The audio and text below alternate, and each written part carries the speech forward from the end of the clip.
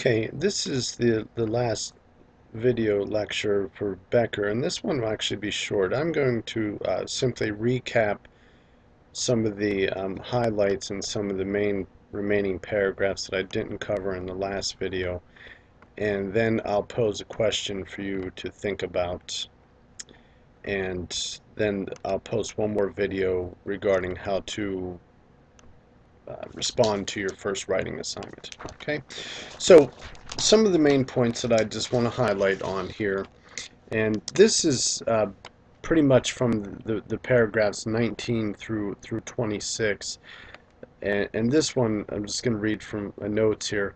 If you remember, I mentioned earlier that men had really long imagined this ideal world, this heaven on earth. Um, that was based on this principle of kind of a communal or a collective identity.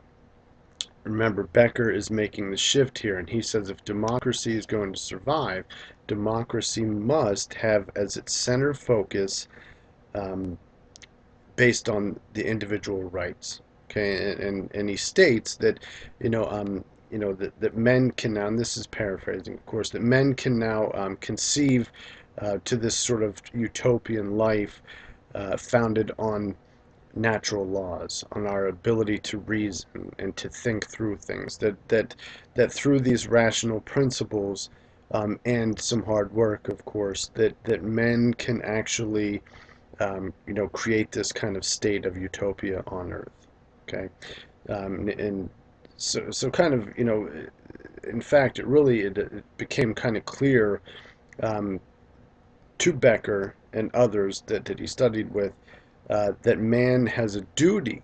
Not only does he have the capability to bring about this good life, by doing things, by using reason and promoting natural laws and promoting humanism and the promotion of our species, but he has a duty to bring about uh, political institutions in accord with the laws of human nature.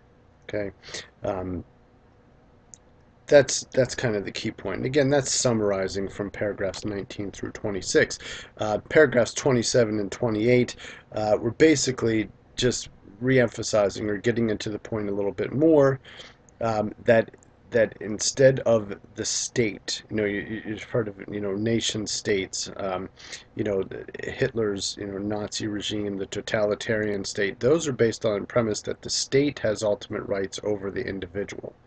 Okay, democracy is very much the opposite of that, if you will, where the individual rights excel over the rights of the state.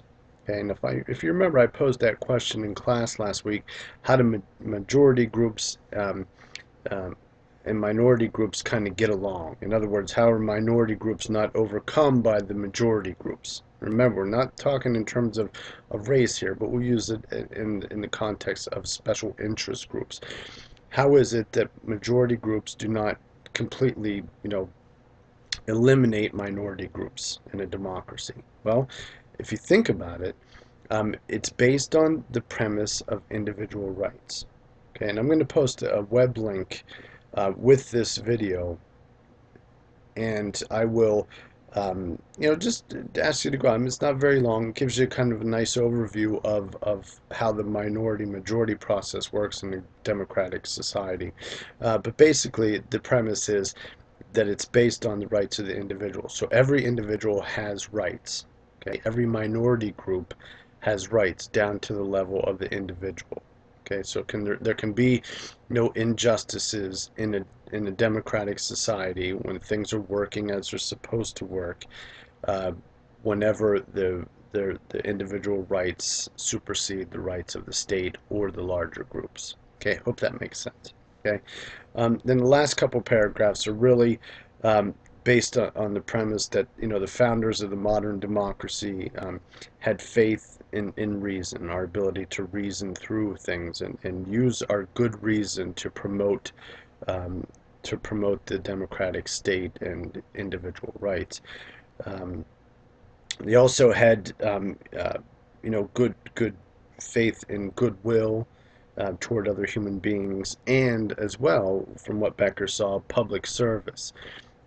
So those were some kind of key points, and not only key points, but he believed they were necessary for democracy to flourish. So that we had to have, we had to be able to use reason, we had to have goodwill toward our fellow man, and we had to be able to, give of ourselves in public service as well.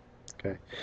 Um, One thing to mention here as I kind of close out with Becker is that if you remember, this selection was a part of three lectures that were given in 1940.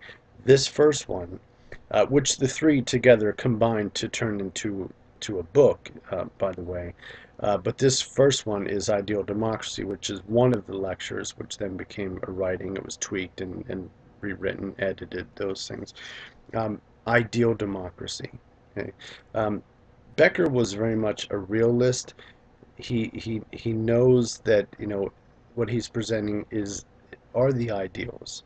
It's in the ideal democracy. This is the way it would be. His next lecture was actually titled Reality. So we have the ideal democracy, the real democracy, what it really is, reality. And then he presents in his third lecture the dilemma, okay, which the lecture was titled The Dilemma, which he presents some potential problems with the ideal democracy ever coming to fruition. Okay, that's all I'm going to say about Becker right there, but I do want to pose one question. Give me a second here. This comes directly from your textbook on page, give me a minute, on page 161. It's the number 2 question. Becker, this is a question asked.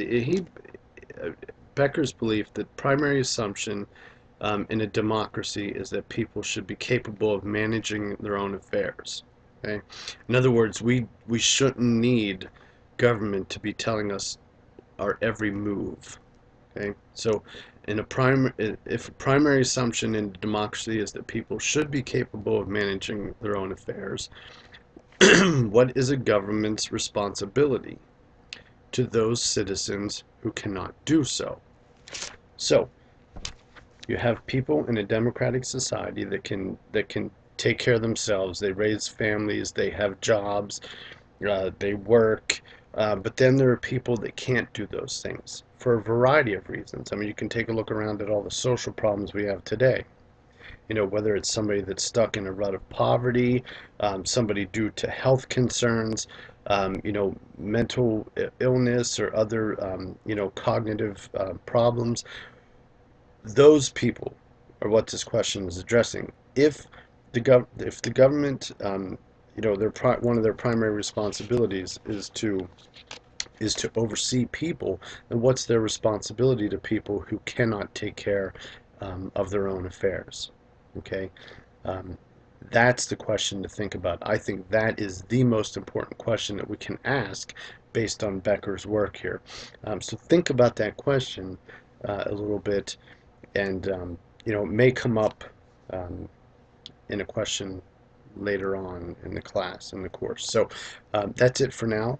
I will post one more video, and that video will simply be showing you around the Blackboard site to show you how to access your writing assignment and submit it.